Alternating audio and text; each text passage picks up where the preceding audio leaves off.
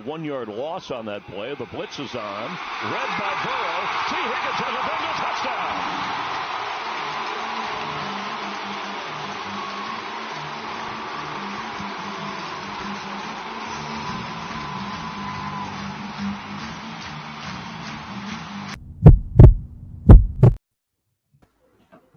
Hooday, Bengal fans. He is Mon. He is Eric. I am Jake. This is the Bengals Pulse, the heartbeat of our Cincinnati Bengals, who just dropped a weird preseason game to the Tampa Bay Buccaneers, 17-14. Logan Woodside drives them down there at the end of the game. They have a chance, and then he just absolutely forgets how to play football on 4th down and 10. But guys, we got some stuff to break down. Let's talk about this game. First of all, I want to say thank you to everybody that is joining us live. We really appreciate it, guys. Thank you. We know the game just ended, and I think we're all kind of looking at it like that was just a weird inning. What takeaways from the game, Mon? I know we're going to talk a lot about your buddy Jackson Carman. I just had to throw that out there. But tell me, Mon, what are your first thoughts about this game? Great opening drive, and great next to last drive for the Bengals. Everything else in between was rough. We talked about it just a couple days ago on our last show, Jake. What did we want to see in this preseason game? We wanted to see our backup offensive linemen. We wanted to see our backup defensive linemen play well. We had some flashes from the defensive line. They got some pressure. Some of them looked really good, but the offensive line need a lot of work, guys. I'm not trying to overreact. It's only a preseason game, but backup versus backups, we want our guys to do well, and they really didn't tonight. I mean, there's no sugarcoating it. There's a lot of guys out there that are on Twitter. They grade offensive line play. They're going to grade each individual player, and they might give some great grades. But as a unit, the backup line was horrible, really was. And there's no other way to say it. And we need some work. Like, I pray to God we don't have any massive injuries on that offensive line, because our starting 5, pretty good guys. Backups, I don't know. Yeah, I agree. Bruce says the volume is too low. I don't know if that's Bruce, can you hear me now? Yeah, it's not something we really can control on our end. So yeah, I don't think that's anything on our end. I don't know. Let us know though if you guys think the volume is too low. Everyone said volume is fine. Okay. All right, so let's dive into this game, guys, because obviously, again, Mon, I agree with you 100%. We talked about what you and I wanted to see out of this game, and what we wanted to see was some kind of semblance of this O-line and D-line, the depth, the backups.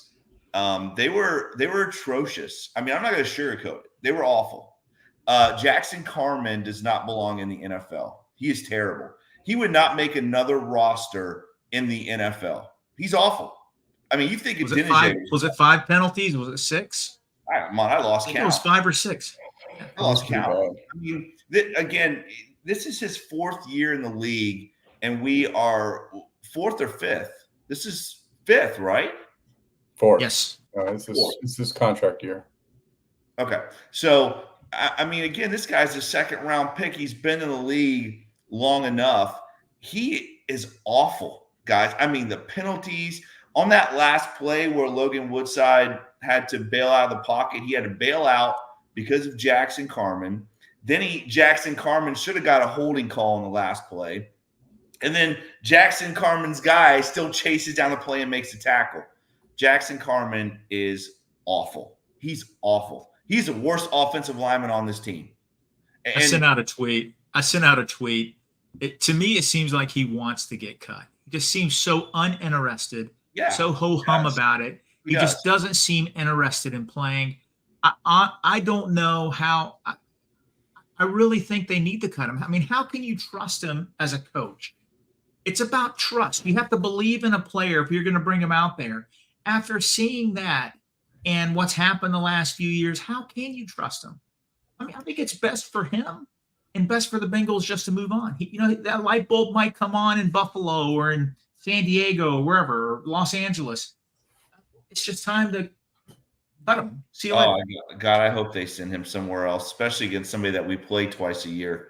He is just atrocious. I mean, and again, but we look at this backup offensive line as a whole, Mon, and we talked about we wanted to see something from the run game. Now, obviously, Zach Moss did not play in this game, but on our total rushing, 13 carries for 36 yards. I mean, again, I know it's preseason, and I don't want to go crazy right now about this, but there's definitely some concern. I mean, this was concern last year. And again, I know this is the backups and stuff, but guys, these are the guys that the coaches are telling us if something happens, these are the guys that are going to be put into the football game. And there's not one backup offensive lineman except for Mims that belongs in the NFL. And he looked like a starter. What'd you say? And he looked like our starter. I don't know that he's going to be the backup offensive lineman. Well, then Trent Brown. My point is we have one good offensive lineman. We have basically 6 offensive linemen, and the rest of them are just bodies. And that can't happen, right, Mon? I mean, 13 carries for 36 yards against third and fourth stringers from another team. I mean, Tampa didn't have any problem rushing the football.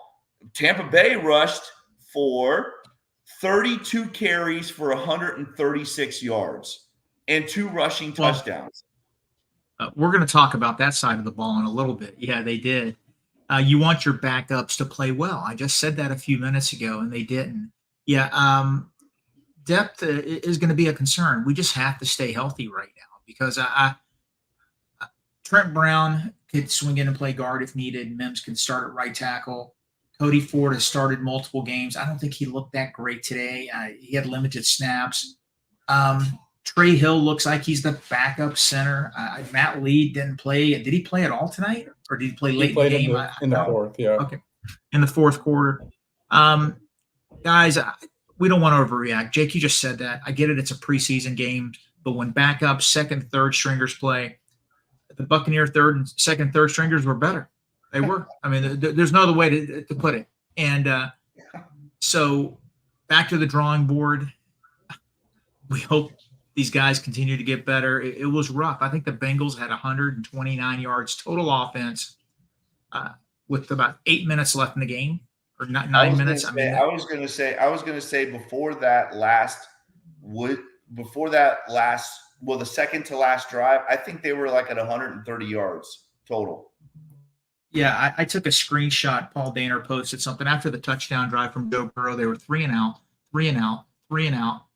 Got the ball back, interception, 9 plays, 34 yards, missed field goal. Pretty rough. Yeah. That's pretty rough football right there. I mean, I get it. They've been in camp a couple weeks, 2.5 weeks. You need to you would expect a little bit more from your backups. And the Jackson Carman thing, I don't want to beat a dead horse here. I think he had 5-6 penalties. I mean, that is just so unacceptable. Absolutely terrible. And you expect that from people that, rookies, undrafted free agents, guys that haven't been with the team. He's been with the team for 4 years. He knows the snap counts. Nothing has changed. So that's where it's unacceptable. I mean, from a guy like that, it's not just unfathomable. Well, and again, guys, and you're right, Mon. I mean, this is the beginning of camp, but I agree with you, Eric. I mean, Trey Hill, Cody Ford, Jackson Carman, they've all been in the league for 4 years. I mean, Cody Ford more, and they are awful. I mean, they are awful. And it's the same. Listen, I get it. It's hard to find good depth on the offensive line. It is. At every level of football, it's hard to find that. But there's no way you can sit there and tell me that there is no one else out there better right now than Jackson Carman and Trey Hill and the same guys that we see every single year that are just they you said it, Mon. Jackson Carman looks like he is totally disinterested in football. Like totally disinterested. And I just don't understand how he's still on this roster. I'm just reading some of the comments from Fred Betts. That was pretty good. Listen, a couple years ago, guys, remember the Bengals found a problem on their defensive line. They didn't have depth. So what did they do? They went out and made a move, and they got a guy named B.J. Hill that ended up signing a big contract and stayed with the Bengals for years. You know what? I guarantee you this front office is looking at options. They're looking, and I wouldn't be surprised if they make a move. We still got 2 more preseason games to go. Don't forget, we did have a lot of players that we're depending on, to give us quality depth. Deontay Smith wasn't there. There's other players that didn't play. So we'll see how it goes. But go ahead, Eric. I know we need to move on, talk about the other side of the ball. Let's talk about some positives too, because there was some positives. Oh, yeah. Well, let's circle it back. We're talking about the end of the game. We're all kind of caught up in it. Let's circle back. And one of the big things that, first of all, we are back on streaming on X tonight. So thank you to everybody that's joining us on X. We've got over 200 people in here. So really appreciate you joining us live here for our meltdowns and our happy moments. Ace Fest. Thank you very much, Ace Fest. We really appreciate that super chat, man. We'll get that here in a second. Really appreciate that. And we'll get to that. That's a good question. We'll get to it in a second. Absolutely. Go ahead, Eric. One of the biggest things is, the fear of missing out was huge tonight. I wish we could have driven up for the games. It's hard for preseasons. We build our schedules around all those big games that count. But kudos to everybody in Cincinnati. 63,323 people. That's got to be a preseason record. I mean, it looked like a regular season game out there. So kudos to everybody that showed up and showed out. That was awesome. We haven't talked about it yet, and I don't know if you guys saw it in the intro, but I threw Joe Burrow's touchdown in there. So let's talk about that first drive. That was everything we really wanted to see in our preview show. A nice drive, multiple first downs, some great Joe Burrow reads and throws, and ending off with a touchdown. So what did you think about that first drive? Well, I want to get to what Ace Fest said because it's a great point. I mean, what about Tee Higgins? Again, he got so much slack in the offseason, and we heard all of this nonsense about T is holding out and all this other crazy stuff. And what does he do? He comes out, he plays in the first preseason game, the first drive, and gentlemen, he was the best player on the field. I mean, the Bengals have got to make sure this guy is extended. They really do. I mean, I know it's hard with Jamar and all that, but they have got to make sure T is extended. He is a different player. Joe Burrow did look good. The first. I mean, that's what we expect, right? We expect the first offense to come out, no Jamar Chase, no Zach Moss. And the offense just went right down the field and did their thing. I mean, Joe Burrow looks like he's in midseason form. There were definitely some positives, but again, and obviously Germaine Burton, right, guys? I mean, I think I text the group chat, "Where's Germaine Burton?" or something like that. I mean, I don't understand. I don't understand why Germaine Burton is not in the football game earlier than the midway through the second half of that football game. It doesn't make any sense to me. He's obviously, the third or fourth best receiver on this football team. And I'm sure he'll work his way up the depth chart. But Mon, what about you? What some positives from the offensive side of the ball? Obviously, we only got to see one really good drive, but what did you think? I just want to follow up with Ace Fest and the question. If you watch our show, we've been frustrated for a long time about the way the Bengals handled the Tee Higgins situation. We think they could have been a little more aggressive 2 years ago trying to sign him. Of course, every year they go, when time goes by, his demands go higher. So he's going to play hard. He's in a contract year. We saw that on the first drive. The guy was playing, he was in midseason form. Joe looked really good. The whole offense looked good. Yeah, I know the Bucs were playing a lot of backups at that time, but it was good to see them come out. I think they had 8, 9 plays, maybe 10. Good for them. Good for Joe Burrow. Joe Burrow's coming off that injury. He needed that. That's good for his psyche. Now, he's a confident player, but when you're coming off an injury, you want to go out there and play. And it was good to see. It was a great opening drive. I wish we could have gotten some of that out of our second teamers, but I don't think Jake Browning was set up to succeed with that offensive line. But it was a great opening series, and it was good to see. And I think I do, and I want to talk a little bit about the Jake Browning situation because he did not look good. Now, again, the offensive line play was not good, but I don't know, guys. Jake, remember, I don't know if you guys remember this or not, but Jake Browning didn't look good last preseason. This is something that we've seen before. It's not, and again, whatever, the offensive line is what it is, but Jake Browning did not look good last preseason. He starts off this preseason going 10 of 18 for 52 yards and an interception. That is not good against, again, we're talking about, against third stringers and all that stuff.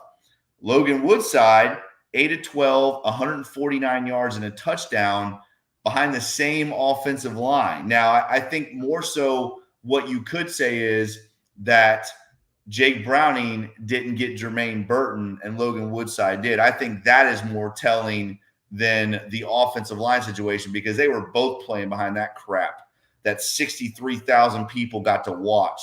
That absolute joke. Go ahead. Jake Browning, he looked really fine last year when he played behind the first team offensive line. He wasn't set up to succeed tonight. Now, the Logan Woodside situation, there was 3 different offensive linemen that came in. Nate Gillum was one of them. Miller was one of them. They had different offensive linemen coming in there, playing against lower tier level. It was third, fourth stringers.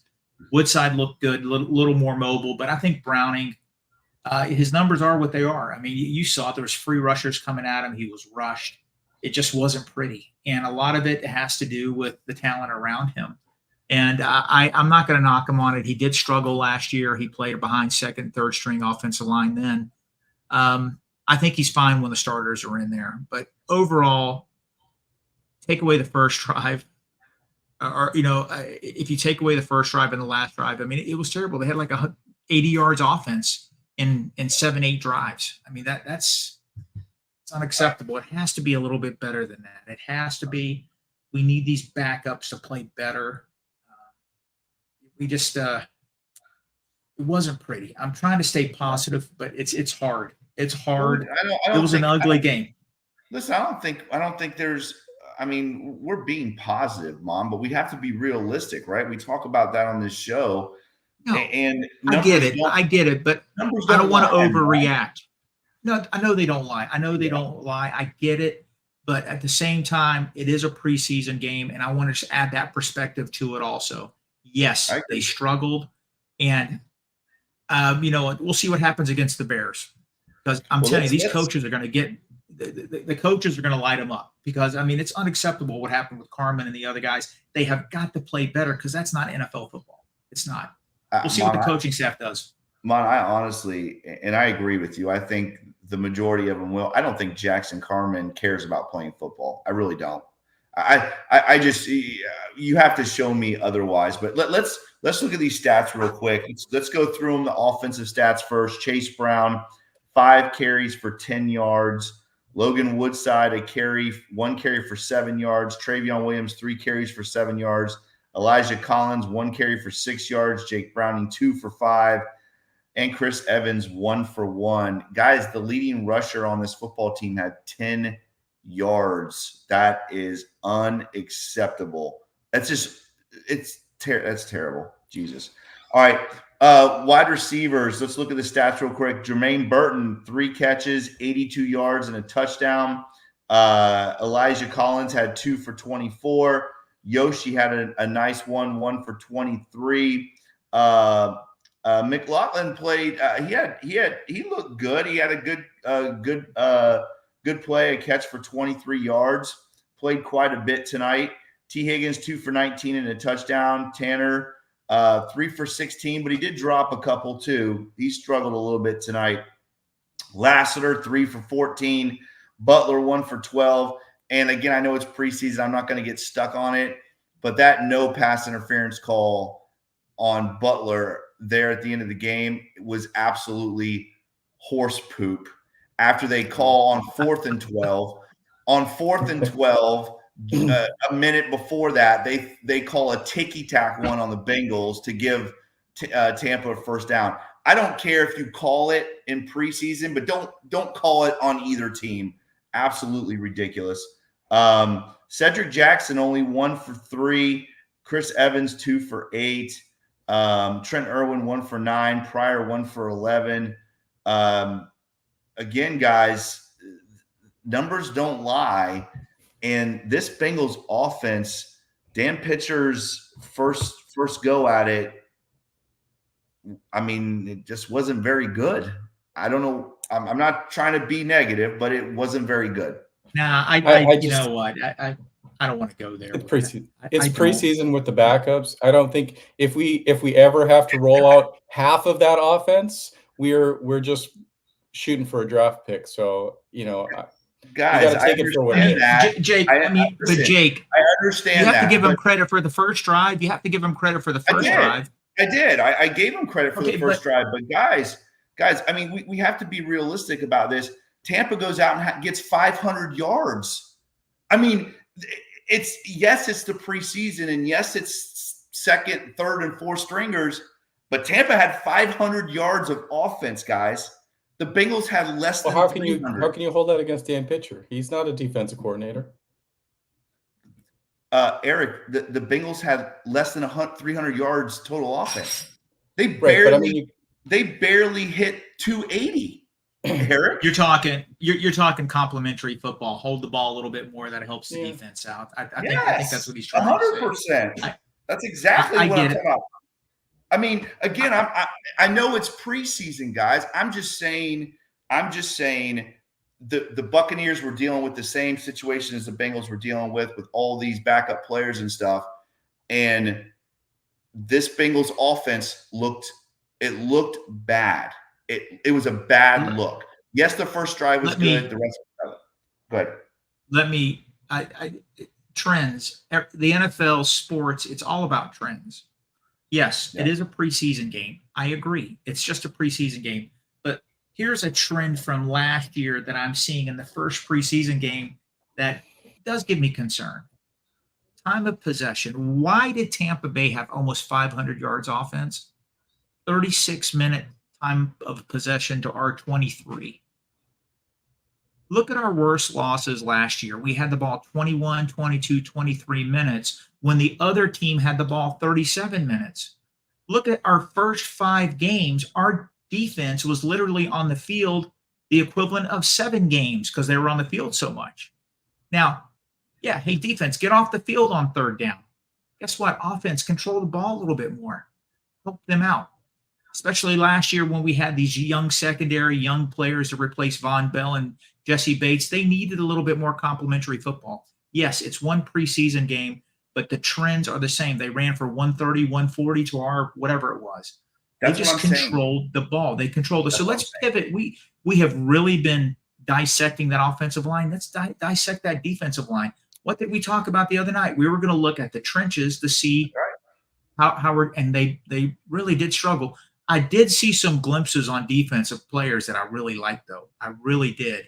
And let's focus on some of them. But, what do you think, listen, Eric? I'm not – guys, I understand it's preseason. I understand that, listeners. I understand that. But the 13 carries for 32 yards or 36 yards, we saw that about 6 times last year in the regular season. All I'm saying is that it ain't looking better right now. And no one can deny that, whether it's preseason or regular season. This is coming again, maybe I'm looking at it as a coaching point of view, but coming from a coach, I'm telling you that is not good. It is not good. It's a trend and it has to be fixed. This run game has got to be fixed. I think it's our backups. We all know our backup offensive line is not it. We know that. So I'm not going to defend any of that. We could replace every one of those guys with the exception of Trent Brown, and we would be fine. I think it's preseason. You don't put any of your good schemes out there. You don't want to put that stuff on film. I don't know. If we gave you a JV team and put them out there to play, would they do half as good as your regular team, Jake? They're backups. Eric, they are backups, Eric. But these guys got to be able to play football, Eric. It's the NFL. But some of them are not going to make the team. Most of these guys are not making the team. Eric, I think some of it. I think some of it has to do. I get Eric. You're right about schemes. Coaches don't want to get that out. They don't want that on film yet. They got to play a lot of these teams over the next 4 or 5 months. But it's about just physically being able to play. I mean, some of these guys were getting trounced. They were being pummeled. And, you know, it is what it is. The defensive line, I got in a little battle on Twitter. I posted some things about the defensive line. Other people were posting about potentially making a move to help the depth. Rankins and Hill are going to be fine. But I want you guys, let's go back to the draft. I love Chris Jenkins. I love McKinley Jackson. I'm glad we drafted him. The Bengals know we have a problem on the defensive line. We needed those young players. But is it really realistic to think the Bengals might only keep 4 defensive tackles, maybe 5, because they keep 10 defensive linemen? Our main backups are going to be 2 rookies. Hey, I want them to succeed. I think they're going to have great careers. Is that a realistic thing? Think about that. We need a vet that's going to come in. He doesn't have to be a superstar, but somebody that can give us 10, 15, 20 snaps a game. What happened to B.J. Hill last year? He started off like an all-pro, and guess what happened? He got freaking whacked because he was overworked. Sam Hubbard got hurt because they weren't getting breathers. Remember that one game? Lou Anarumo was telling him, I need you guys. I need 5 more plays from you, because he didn't want to bring in the reserves. There was a big drop-off when that happened. Yes. Jenkins and McKinley Jackson are going to be great NFL players. But guys, they're rookies. They're evolving. They're still trying to figure out how to be pros. We need another vet, somebody that's going to come in. Somebody said Jay Tuafele. Hey, great. He's 303 pounds. Okay? All of our defensive linemen are 305, 310. We need a 340-pounder. I wish Josh Tupou was still on the team. You know, I know he wasn't spectacular, but he could come in and help out, the anchor, that middle of that line. But, you know, we'll see. Tonight, Zach Carter in the 1 touchdown drive, he got washed out again like he did last year. Chris Jenkins, you know, he's a rookie. He's trying to figure things out. He got pushed away too. It was a giant. I mean, I could have ran through there, and I mean, I'm pretty athletic. But, I mean, I could have ran through there without pads on. It was that big of a hole. But it is what it is. We got to work on the trenches, all right? Hey, I got to say this real quick. I love our listeners. You guys are so awesome. These comments, I'm trying to be mad, and you guys, I cannot keep a straight face. These are great. Always, I know I'm doomsday already. He said, I already put Pitcher on the hot seat. Listen, I'm just Wait, hold on. Let's talk about the other guy that you put on the hot seat in our group chat. Tell us what your feelings on Dax Hill. Yes, I did because put Dax Hill. He had his best game as a career playing a position he hasn't played in God knows how long, probably since high school, and he had his best game of the career. Yeah, I don't know, guys. Don't get me on the Dax Hill. Let's stay focused on the positive. How about Newton? Newton looks the part, right? I love the fact he goes down and he gets back in the football game and makes a big play. Prior to that, he gets beat on a play, comes back and makes a great play. Newton, to me, that was a great pick. I think Newton is going to be a great player for this football team. You know, the first defense, 3 and out. It looked good. First defense looked good. All 4 starting defensive linemen didn't play. But again, Hendrickson played, right? Didn't Hendrickson play? Hendrickson did play. Did he play the first drive? Hendrickson was out there. Yep. He did. Yep. I did not see Hendrickson out there. Okay. Yeah, you can't miss him with his stance. Well, that would explain why it was 3 and out. Because after Hendrickson went out, all I know is this: that Murphy and Osai and the 2 backup tackles were in when Tampa ran the ball right down our throats. And again, that's my point is, Eric, is that those are our number 2 guys. There's no way they should be getting beat that badly against second and third stringers. Those are guys we're counting on. I watched the same game that you did, and they got a lot of pressure on the quarterback. They're not defensive tackles. Defensive tackles are why we gave up all those big runs. It wasn't our defensive ends. Yes, they're out there. Osai, Murphy and Osai were getting good pressure, but there wasn't really anything up the middle. Like the defensive tackles weren't really generating a lot of pressure up the middle there to help them out. But I will say this: Murphy looked good. Newton looked really good. This one guy, I'm going to butcher his name, but the linebacker, 45, Mumu Youngmeta, 10 tackles. Yeah, he was all over the place. Yeah, I'm saying this guy. Remember we talked about Aaron Casey, the rookie from Indiana, possibly making the team. I think 45 has a head start on him. He looked really good. Cedric Johnson from Ole Miss really flashed tonight. He had a sack. The 2 guys from the one I think he broke his nose. Who was it? John Anthony. Yeah, him and Cedric Johnson have been like the stars of camp. So I thought he looked good. There was a lot of promising young players on defense that really excited me. A little bit more than the offense. I was going to say I thought Gunter and I thought Bell looked good. I thought there was more pressure when those guys were in. There was more pressure when those guys were in than the guys before them. I thought Gunter played well. I thought Bell played well. Bell's an interesting guy. Obviously he jumped on 4th down. Those kind of things can't happen. You can't do that. They were going to punt the football.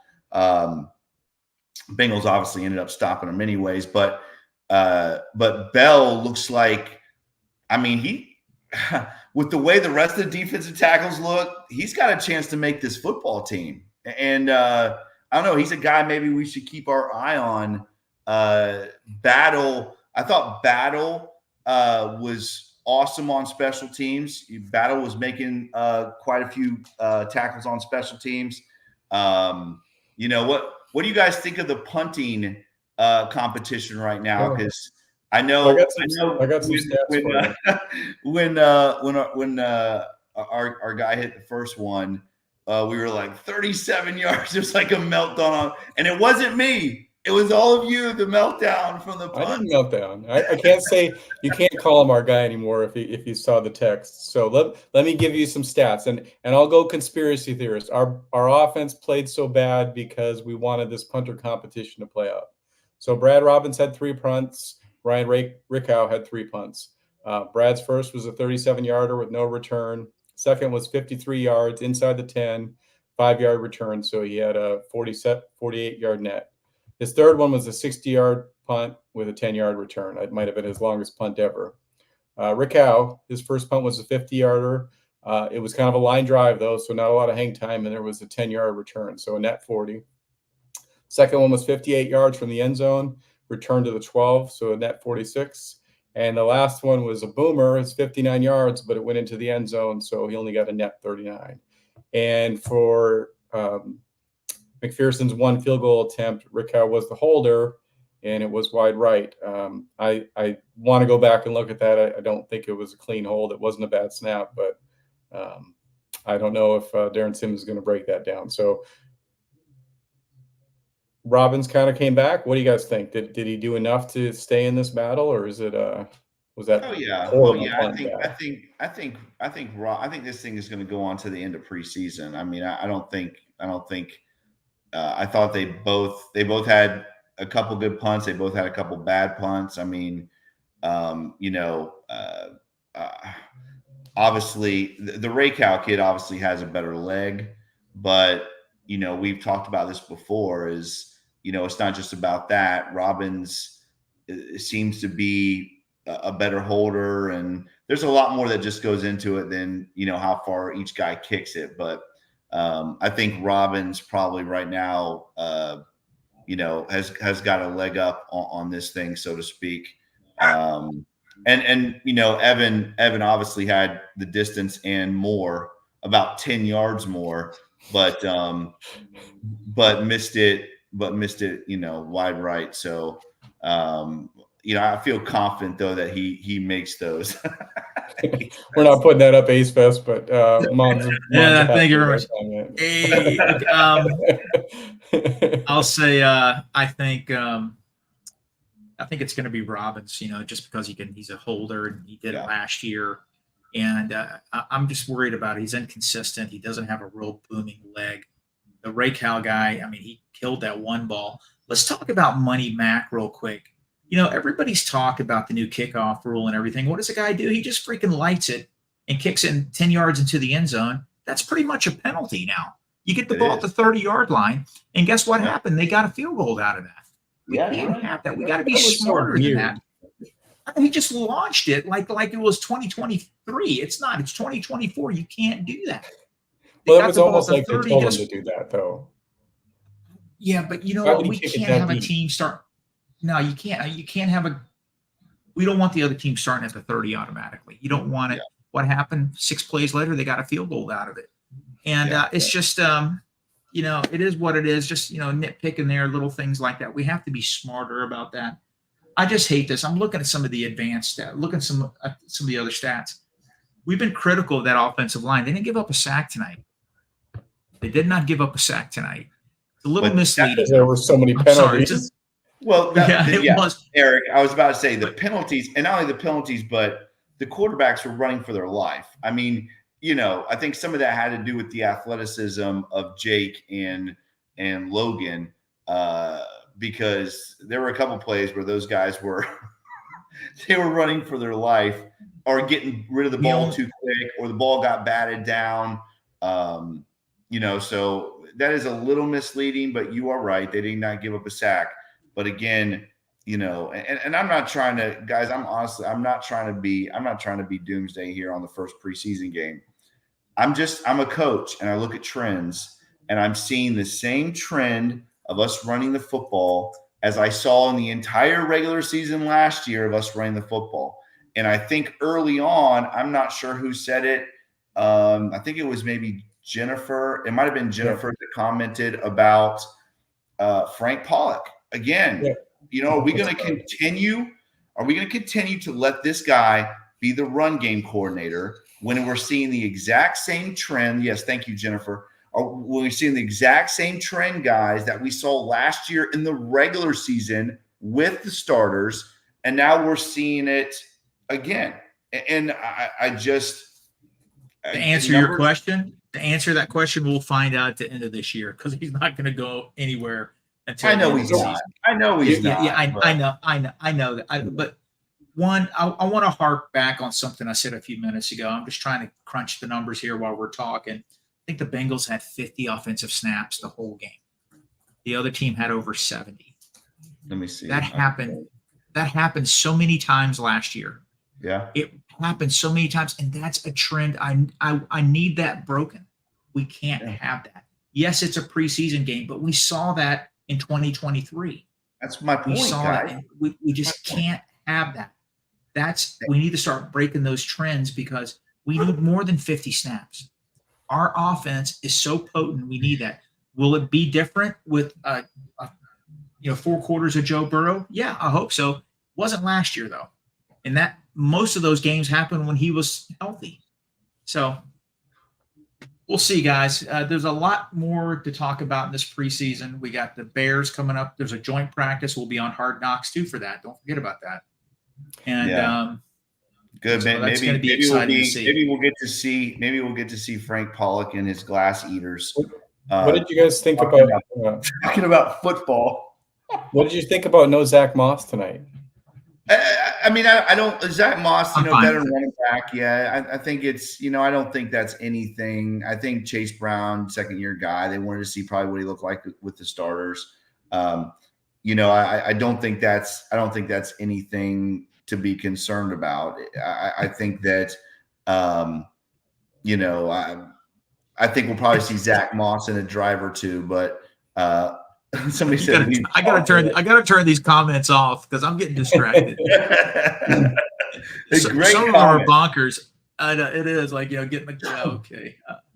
Well, let's talk about this, guys. I do want to go back to this, and I do think, and I'm not. I want to make sure we're not harping on it, but I'm just looking at and you talked about this earlier, Mon, the time of possession, the Bengals 23 minutes, the Buccaneers at 36 minutes. That is a trend, right?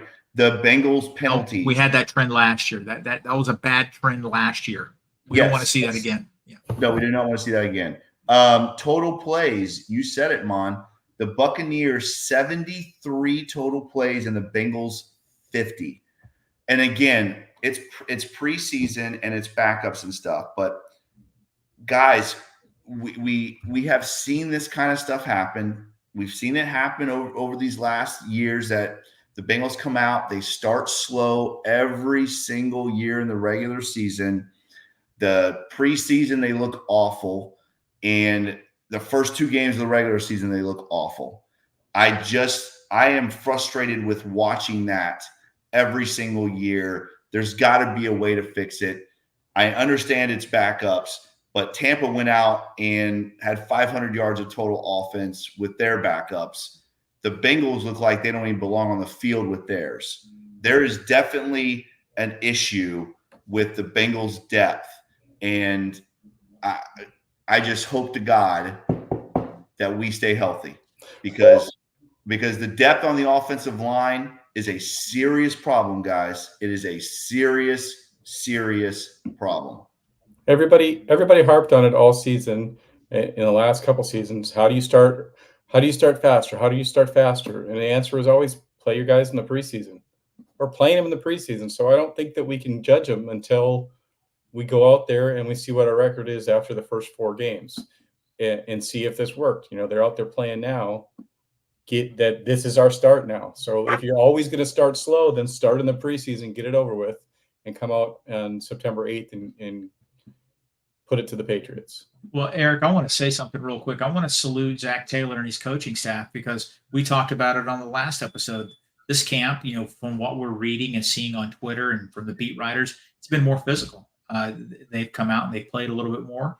He said from day one that Joe Burrow and the starters were going to play in preseason. I thought he was crazy. I thought he was BSing everybody. Guess what? He did. That's good. I'm glad he did that because you know what? He caught a lot of flack the last 2 years. Bengals, country club training camp. Beat writers would say that the last couple of years. I think he switched it up a little bit, and hats off to him. Is there a drop off with our starters? I think there is. I think you could say that about every NFL team. You really could. Our starting 22, I'm happy about. Are there some weak links there? Maybe, yeah, there is. But our starting 22, I think, is top 10 in the NFL. I do too. I'm not arguing that. I think the problem is the drop off. We talked about it 10 times last year. We talked about it during the offseason. When the starting defensive lineman needed a break, the guys that came in, there was a significant drop off. We're trying to fix that. The Bengals did. They got Sheldon Rankins. We did lose Reader. I get it. Injury. Maybe they didn't feel comfortable signing him again. We drafted 2 quality defensive linemen. This kid from Ole Miss, Cedric Johnson, looks like a keeper. So, they are addressing it. They're trying. We just got to get those guys up to that NFL level because being a college stud and playing the NFL is 2 different things. So it's going to take them a little bit to get there. We just got to be patient with them. I think we said it last week, Jake, the week before. I think our backup offensive lineman, a backup defensive lineman, is currently on another NFL roster. And they could wind up being Bengals at the end of August, I hope. We'll see. I'm with you. I hope so. Let's look at some of these defensive stats real quick, guys. You talked about Cedric Johnson, and Mon, you talked about him earlier too. I'm gonna give you some cred there. You talked about him before the game even kicked off tonight. 4 solo tackles, sack, tackle for loss, 2 couple quarterback hits. I mean, he definitely looked the part. He looks like he might be a guy that can play in this league. We talked about Jeff Gunter a little bit. He had a half a sack. Travis Bell with a sack. Shaka Hayward is the other one that had the half sack with he looked Gunter. good. Do what? Say it again, Mon. I'm sorry. He looked good. I thought Shaka Hayward looked good tonight. Yeah, I thought he played pretty good. I thought, I think let's just go ahead and get to it. Let's talk about Dax Hill because again, Dax Hill, I'm not going to. I'm not going to do it. Hey, hold on. I got to say something. All of our fans, we got 554 people watching us live. You guys are awesome. I want to show you guys our text thread. Oh God, it was hilarious. I'm going to cut that up. I'm going to cut it up for a show. No, we're not cutting that up and putting that on here. I'll tell you. Is this like lawyer client confidentiality we got going on here? Listen, yes, it is. I will tell you what I said. And I don't think there's a way you guys can argue with me about this. This is what I said. I said, and I started from the very beginning of this thing, that the Bengals plan, and let me throw this out here. If you go back and look, I said the Bengals were going to pick him, and I was happy about it. So I'm not saying that I said the Bengals shouldn't pick this guy. I'm hoping he does well, because if he doesn't, that means that's the second time I've ever been wrong. So I don't want a second time, Eric. So, but let me say, this is my point. This is my point, guys, is that the Bengals' plan to replace Jesse Bates was Dax Hill. Okay. So the Dax Hill project right now, we are looking at a guy who now the Bengals have said is not a safety, which that's how we drafted him to replace Jesse Bates. He's now been moved to corner, and he had 3 pass breakups, and I saw the tweets, and he had some good plays. He had some positive plays. I'm looking at this guy as a number one, as a first round draft pick, and he's been in the league now for 3 years, right? 3 years, I think it is, and he's in there playing against third stringers right now. And I understand he's learning a new position, but that's where my frustration comes from. Is this Dax Hill project? We know how the Bengals go through and do this. They don't like to admit when they don't make a good pick, so they drag us out. I want to know, guys, and I'm not saying he's a bust. I just want to know your thoughts on it. What do you think this Dax Hill project is really going to work out right now? Just talking about it now, because to me, I think already Newton is a better corner than Dax Hill. I just want to hear. I think you're crazy. Okay. I think you're crazy. Tell me your thoughts. I think Dax Hill, I'm bullish on him. He's been his first year in the league. I think he played 10% of the snaps for the Bengals, because they had the best safety tandem in football, top 5 at least. He didn't get a lot of opportunities last year, up and down, uneven year. Now they're asking him to play cornerback. His athletic potential, he flashed tonight. I thought he looked really good tonight. That interception was an unbelievable play. I think it should have been challenged. I think that was a catch. His arm was underneath it. That was a great play. And the reception against him, that was a one-handed outstanding catch. Sometimes you just got to tip the cap for that player. And that player wasn't a third stringer. He was a wide receiver 4. It's going to play a lot of snaps for the Buccaneers. I'm not down on Newton. I'm a West Virginia fan. I saw him play with TCU for years. He's a great player. I don't think he's on the level of a Dax Hill. I think Dax Hill is going to have a good career. I think we need to be a little patient with him. I know it's frustrating because he was a first-round pick. People love Bates. They didn't want Bates to leave, and then they drafted this guy to replace Bates. I get all the emotion there. I think Dax Hill is going to play a big part for the Cincinnati Bengals this year. And again, I hope you're right. I really do hope you're right. I don't want the Bengals to be wrong on this one, because Dax in college, he was a guy, and even when the Bengals drafted him, he was a guy that when they talked about him as being a guy that can play multiple positions. Great. I'm happy about that. I'm just not so sure that the Bengals need to be going into this season right now with Dax Hill as a boundary corner. And again, I'm just talking about just looking at it right now.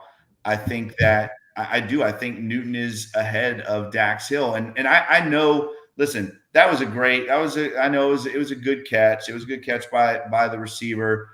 Although Dax got to get his head around a lot quicker, guys. He was in phase, but he's got to get his head around.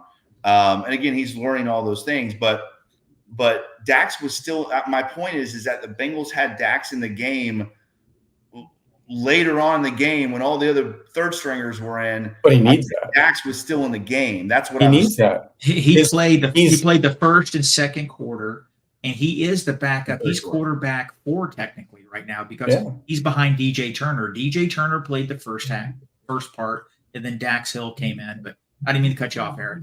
No, but he's not played corner at this level, and you can do everything you possibly want in practice, but you can't simulate a game. If you're fighting for a starting job or a backup job, you want to play all preseason. We want him to play all preseason. I don't care who he's out there with. I want him to get the most reps to make him the best possible corner.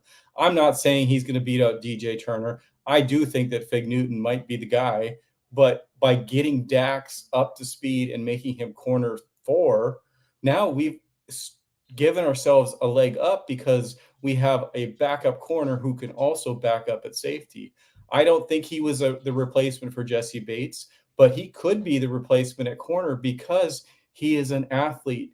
What do you need at safety? You need somebody who's going to read those plays, who's going to have the instincts of Jesse Bates. Jesse Bates didn't always break on the ball because the play told him to. He knew where the ball was going to go to make some of those plays. I don't think Dax has that. At corner, you don't need that as much because you need athleticism. You need to run with your guy. You need to catch up to your guy when he's got you burnt, and Dax can do that. I think corner can be it for him. You know, I think slot corner could be it for him. And I guess that's kind of what my point is, you know, the Bengals were going from safety to boundary. You know, why not look at this guy as what we have seen so far? We know that he is a good tackler. We know he is good in the box. I mean, he played well last year in the box at safety. Why not have this guy in the slot playing slot corner? I guess that's more of my point is I want to see the Bengals putting him in a place where he's going to succeed. And I just don't think it's corner.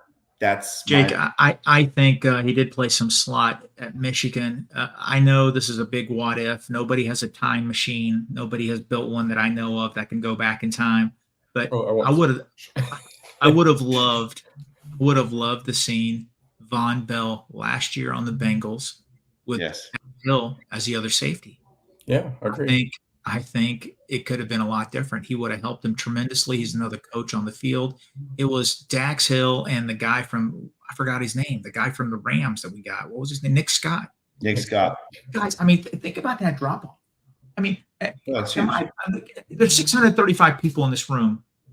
Was Jesse Bates and Von Bell probably top 5 safeties in the NFL, that tandem? Oh, I think they were.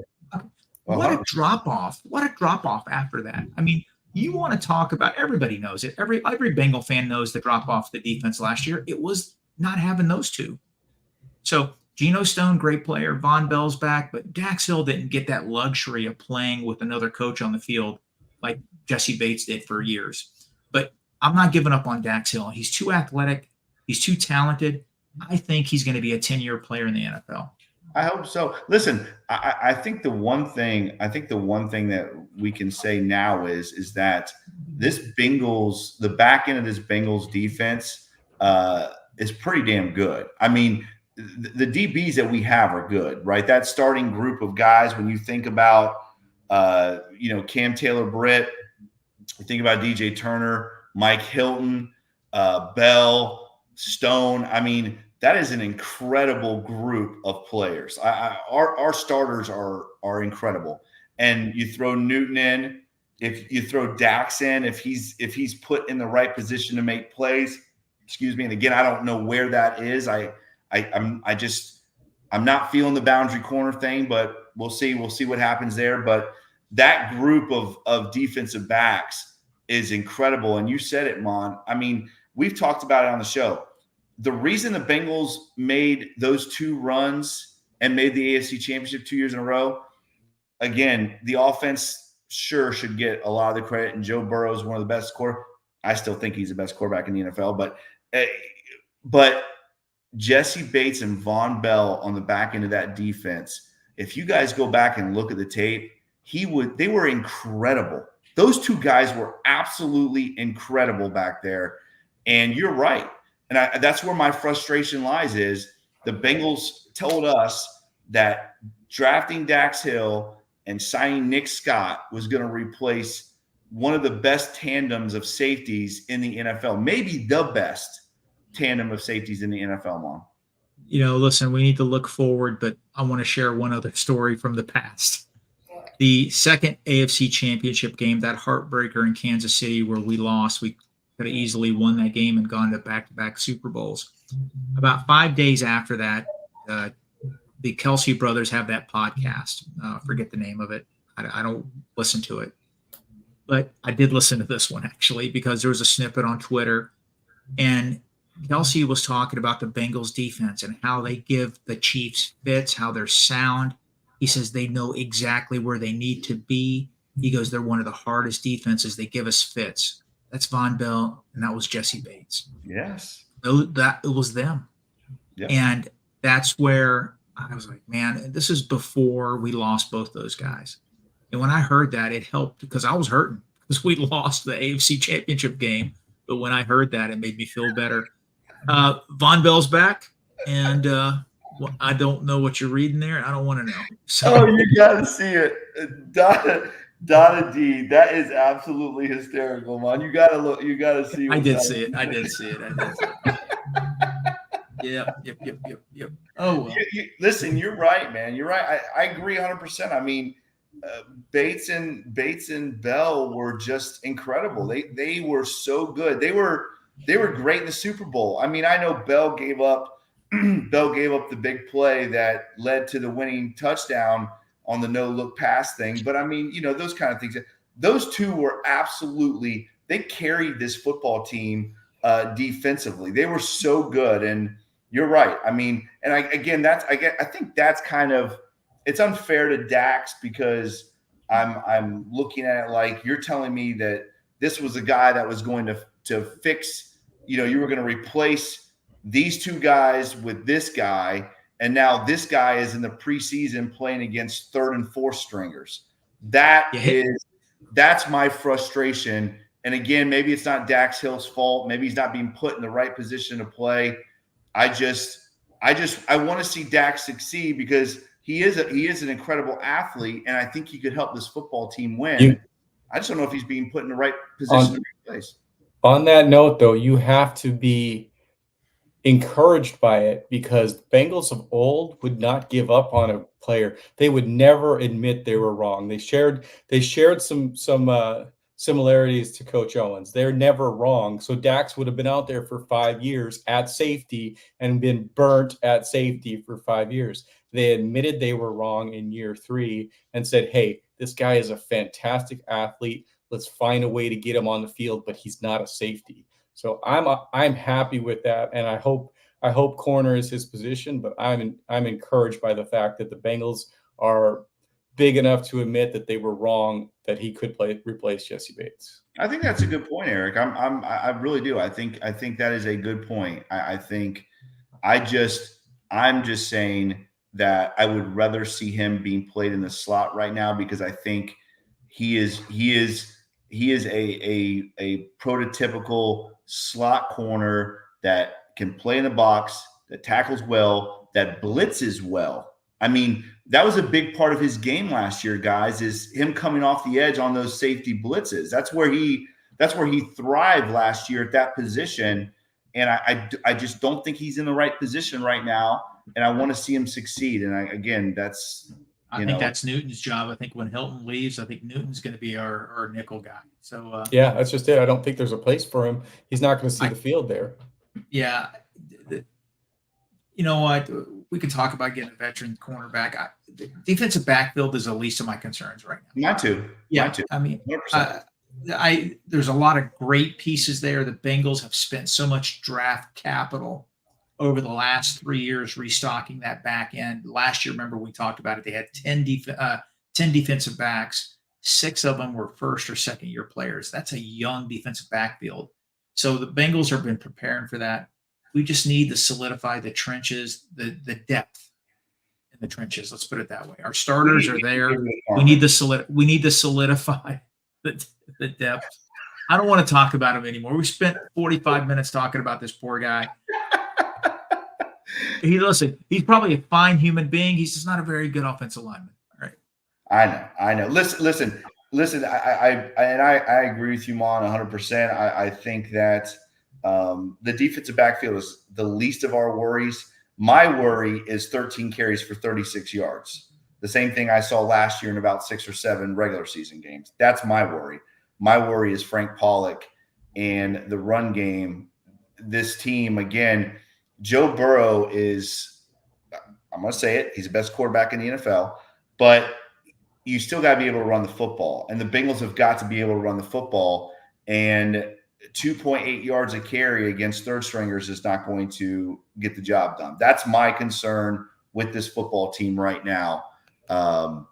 And yes, I do think that Jackson Carman needs to go. I think the Bengals, you talked about it, Eric. You talked about them admitting they were wrong about Dax Hill, so they're trying to move him around. I think they need to admit they are wrong about Jackson Carman and let him go and show the fans that, hey, we made a serious mistake on this guy. We took him in the 2nd round. He had no business even being drafted in 7 rounds, and we need to move on from him. I mean, let's talk about that real quick, guys. I know we're over an hour now, but I'm loving this discussion. We got a great group of people listening to us. Thank you guys so much for joining us. Before we go, guys, let's talk about, I want to ask you 2 questions, and I'm going to ask you first, Eric. How soon do we see Germaine Burton with the ones? So I don't know if we're going to see the ones again. That's my concern. I don't know if Joe Burrow is going to be out there again for this preseason. Will he get another drive or not? I think we should see Burton earlier next go around. He proved it tonight. He's able to beat those guys off the line. I don't know why he hasn't been getting those snaps in training camp. Maybe they're just making the rookie earn his stripes, but I want to see him sooner. And everybody wanted to see him sooner in this game. I want to see him sooner next week against the Bears. What do you think, Mon? Yeah, I think he's going to play more snaps, but right now I think he's wide receiver 5 on the roster. I think obviously the big 2, you're going to have Yoshivas, Irwin, and I don't know who wide receiver 6 is going to be yet. Charlie Jones was playing great. He was nicked up a little bit. Keem Butler, I don't know, but Burton is obviously a Captain Obvious comment. This is a good point. I think he's wide receiver 5. He did have that ankle injury, so that's why he hasn't been out there as much. Yeah, that's a good point. That's a good point, Jennifer. I think that'll be interesting to see again how that goes. And I do not want to talk about Jackson Carman anymore, but Durando, I know you didn't hear this. You might not have heard this earlier, but yes, we all agree that Adeniji was better than Carman. My second question to you guys is this. Is this the group, and I know, Mon, that you think that the Bengals are going to go out and get an interior offensive lineman before it's all said and done. But are the Bengals going to take the field with this group of offensive linemen? Because that's what we've seen in the past, right? We've seen it in the past where the Bengals, they're like, these are our guys and this is what we're going with. Do you see that this year with the backups I'm talking about, obviously, on this offensive line? Mon, I'll start with you. Starters are set. The backups, I think they're going to try to find maybe 1 or 2 more backups. Listen, what killed us in the Super Bowl, what killed us the next year? Injuries took a toll on the offensive line, and our backups simply weren't as good as our starters at that time. Kappa was injured the second year. I think Jonah Williams was even injured. Some of our starters, because that offensive line, Lael Collins was hurt. They were playing really good football, and our backups came in, and it was a drop-off. I think every NFL team is searching for better depth on the offensive line. The Bengals will do the same. I really think our There's an interior offensive lineman right now in the NFL that's on another roster that will wind up in Cincinnati by late August. I really think that's going to happen. Either a trade or a final roster cut. I think there's another player that's currently on a roster that's going to be on the Cincinnati roster, interior offensive lineman. What about the tackle position? I mean, that's the strongest part of the offensive line. To me, that's the strongest part. It is. Of the offensive line. The three are for sure, but again, after the three, it's dicey, right? I mean, Cody Ford can play tackle. Cody Ford could play tackle if needed, right tackle. Trent Brown left too, right? He can. So Trent Brown is going to be our swing guy. Mm-hmm. I mean, how many times have we wanted to say this? That tackle is the strength of the offensive line. We've been wanting to hear that for years. Yes. I think the 2024 Bengals offensive line, the offensive tackle spot to me is the strength. The interior offensive line, our starters, okay, hey, they'll get the job done. They got to stay healthy because there's, to me right now, from what I saw tonight and from what I saw last year from some of these guys, I think there's a drop-off. There's a drop-off. And you could say that about any team, but we don't want the drop-off to be a cliff. Yeah, and it's a cliff right now. I mean, I guess I'm just trying to get Jackson Carman off this team. I'm trying to figure out how we can do it. Well, I think we shot ourselves in the foot by playing him. I think they should have leaned on some of his success that he had a year and a half ago in that playoff run and not put him out there, because now the stuff that he put on tape tonight, who's going to want him? Now you're only option. Guys, he won't be a Bengal tomorrow. I'm telling you right now, he's going to get cut this week. He'll get cut this. There is no way. Jake, you're a coach. Yes. If you had a player, I know it's a different level. I get it. If you had a player that, you had sophomore, junior year making the same mistakes over and over and over, and then his senior year, he's still making those same mistakes in practice, you're not going to play him. You can't cut him because it's high school, but you're not going to play him. There's no way you could. I mean, you have to have faith in a player, and I just don't think the Bengals do. Mom, what is the definition of insanity, right? Yeah. I mean, that's what it is. It's just doing the same thing over and over and over and not getting any results. The results haven't changed. I mean, this guy is not a rookie. He's not a second year guy. This guy has been on this team and in this program as long as Tee Higgins has. I just got to put this up there. Brandon, that's how we're going to end it. There we go. That is awesome, dude. That's one of the best comments of the night. I mean, Jackson Carman, guys, has been on this team the same amount of time as Tee Higgins, right? I'm telling, I don't know. You know what? I was sitting here thinking tonight, man, just put another tight end out there to play tackle. He can't do as bad. I mean, could he do any worse? Yeah. I mean, it was so bad. Somebody posted he had 4 penalties. He had to have 6. He had 2 holding calls. And he had multiple false starts. Nice tackle. I mean, maybe it was a good takedown tackle. I really didn't want this show to be the Jackson Carman show. I mean, it warrants discussion, but we've gone overboard on it. And I don't think it's just. I honestly, guys, and that's why I'm trying to not make it just about Jackson Carman. It's the offensive line and this run game is really what this is about, and fixing that run game. And Mon, you and I know we've talked about it till we're blue, but this run game has got to be fixed. And I don't want to hear it's the first preseason game, because I will show you 17 games last year where we saw the same exact result. It's got to be fixed. I just want to say one more thing. I did mention it earlier. There's a lot of people on Twitter that know more about offensive line play than I'll ever know. They do a great job of just, grading individual players. So tomorrow you're going to read, oh, this guy, he graded 80%. This guy graded 70%. This guy graded 89. Hey, that's great individually. I love it.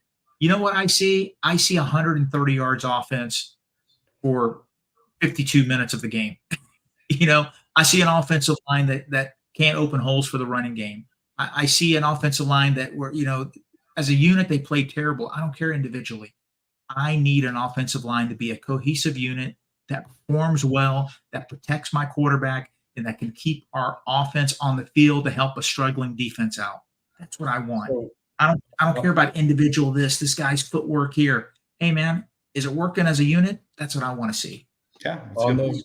on those grading, there's at least one of those graders that have come out, and we have to admit, Mims grade is going to have to grade amazing, but they're already saying that he played lights out. But in that same statement, talking about how Matt Lee is it, and there's at least one clip of him blocking his guy 5 yards down the field. So, like to see how that comes out, and if he gets earlier playing time next week, because that's what we really want to see. Yeah, I mean, I'm with you. I mean, again, we've seen Trey Hill for 4 or 5 years now. I don't know. It's all kind of running together with Trey Hill. Well, Max Sharping beat him out for backup center last year. I've seen enough of Trey Hill. I've seen enough of them. I've seen enough of Deontay Smith. I've seen enough of Jackson Carman. Those guys do not belong on this roster. They're not first-year guys. They're not second-year guys. They're guys that have been in this program and have shown that they do not belong on an NFL roster. If the Bengals cut those 3 guys tomorrow, not one team in the NFL would pick them up. Not one. That's real quick before we leave. Let me give. I know we need to wrap it up, but one thing, everybody, give me 3 stock up, 3 stock down, or 2 of each. Okay. Stock up after tonight, stock down. Go ahead, Jake. Well, I mean, definitely stock up on Newton. I love the way Newton played tonight. I am very high on this guy. I think this guy is a serious player. We heard about him. We heard about him in camp. We've seen him. We've seen the attitude. This guy's a dog. I mean, this guy is a football player, and he is going to be good for a very long time. And stock up on Burton. Stock up on Germaine Burton. Again, he's everything that you want to see out of a guy that you are counting on to replace a Tyler Boyd. Stock down. I don't know. It's always the backup offensive lineman, Jackson Carman. I mean, you may just name them by name. And the other stock down, Mon, is not Dax Hill, Eric. It is the interior of the defensive line. It has got just like that. The offensive line, the depth's got to be fixed. That defensive line, the backups, the guys that we're expecting to rotate in with Sheldon Rankins and BJ Hill, because we know those guys can't play all game. Those guys have got to play better. They have got to play better because the Bengals are counting on them. Eric. Well, the stock's already pretty high, but, just like Apple, it can keep going higher. Stock up on Mims. I want him to be our starter. We were surprised to see that Mims stock was that Burton's stock was trading so low. I didn't think that he'd get in that late in the game. So definitely stock up on him. Stock down. I hate to say this, but there were 2 clear drops. Tanner Hudson. I was not happy to see those. One of them was a hard catch up the seam, but he should have caught it. The second one, I still think he's our guy. He's going to make the team. But that second one, I want to see him make a catch. And then, when a organization files for bankruptcy and they cease trading stocks on the market, I would say that's Jackson Carman. He's been pulled from the stock exchange, no longer allowed to trade any of his stocks. So. We got some listeners too. A lot of people high on Bell, Dada D, Jennifer. Yes, I agree. I thought the Bell guy was, and I talked about him earlier. I think he's got a shot to really make this roster, especially the way the rest of the guys played. And we have a couple of the Johnson, the linebacker guy you talked about, Mon, the leading tackler, had 10 tackles tonight. Number 45. I can't say his name. Number 45. Yeah, I'm not going to try. Number 45. Go ahead. What about? Let me ask you guys this. No, real quick. I want to give you my stock up. Dax Hill. Okay, yeah, go ahead. Number 45, Cedric Johnson, stock up, and Burton. Those 4 guys really impressed me tonight. Zach Carter and Jackson Carman were stock down. Zach Carter. Good. That's a good one. The Bengals, you know what? We just lost a great defensive lineman, a good backup in Cam Sample. Zach Carter played defensive end at Florida. The Bengals have tried to make him a defensive tackle. Let the guy play defensive end. Let's see what he can do over there. I just don't think he's cut out for a defensive tackle spot. Yeah. But go ahead, Eric. These are good guys. These are great comments too. We got some good names thrown out here. Go ahead, Eric. You go first, and I want to ask you guys a quick question.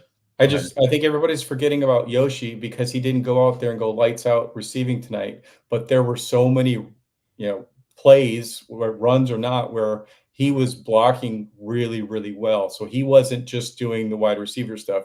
He was doing all the little dirty work, and he was manhandling some of those guys in the blocks that he did have. So again, we're really high on Yoshi already, and I think we should be even high. We should be even higher on him after tonight's game. That's a good one. I don't disagree with that at all. This is what I want to ask you. I know we got to get out of here. I just don't want to get out of here. This is such a good conversation. I know we do though. Let's real quick. I want to ask you guys. You just tell me quickly. Answer this. Mon, you go first. Is stock down on Jake Browning? No, absolutely not. Okay. I mean, it's two preseason. We've seen it. We've seen it before. I'm just asking. Somebody on Twitter even mentioned like, "Hey, Logan Woodside could take his job." There is no way. There's no way. I don't think Logan Woodside takes his job. I'm just talking about stock up, stock down. I think Jake Browning will be fine. I think he'll be fine with the first teamers. He did. He played bad last preseason too. I mentioned that earlier, and obviously he played well for us last year. Eric, what do you think, Jake? Stock down doesn't mean we're going to get rid of him. I'm just saying stock down or stock up. No, I think it was a product of the people that were around him. He did sail some balls, but I think it's not just that. He's also comfortable out there. He knows he's the number 2 quarterback. So it's kind of like going in there as a starter. If you miss a throw or two, it doesn't really matter. Jake's proved that when the lights come on, when it matters, he's going to show up. So I give him the benefit of the doubt on this one. Okay. All right, guys. That is another edition of the Bengals Pulse. As always, if you like this podcast, make sure you like, share, and subscribe to this podcast. Make sure you check us out on all the awesome podcast platforms: Apple, Stitcher, Spotify. As always, guys, follow Mon on Twitter at @TheFireMon. Follow me on Twitter at CoachJakeOwens9. Follow Eric on Twitter at eFlash with 2 H's 88. Follow the Winston Podcast Network on Twitter at WinstonPod. And it's imperative that you follow at Bengals_Pulse9 on Twitter, because we are going to be giving away 2 tickets to the last preseason game against the Colts. They are awesome seats, I can tell you, because they are my seats in section 158. But in order to get those tickets, guys, you have to follow the Bengals Pulse on Twitter at Bengals_Pulse9 and the Winston Podcast Network at WinstonPod on Twitter. We will be putting that information out on Twitter very soon, how you can win those tickets to the last preseason game against the Indianapolis Colts. What is that, Mon? Is that it's our Bengals Pulse Twitter page. There it is. 805. Listen, there's 800 people watching us live. Please give us a follow on the Bengals Pulse. We would appreciate it. We would appreciate it. And like I said, if you want to get those tickets, make sure you do that. Again, too, guys, if you want to check out that Bengals Pulse merch, right below our Twitter handles is the link to that. Make sure you go on and check it out. We got some awesome merch on there for the Bengals Pulse to get you ready for the season. All right. He is Mon. He is Eric. I am Jake. This is the Bengals Pulse. Hooday, Bengal fans. We will see you on Thursday. We appreciate you. Thank you.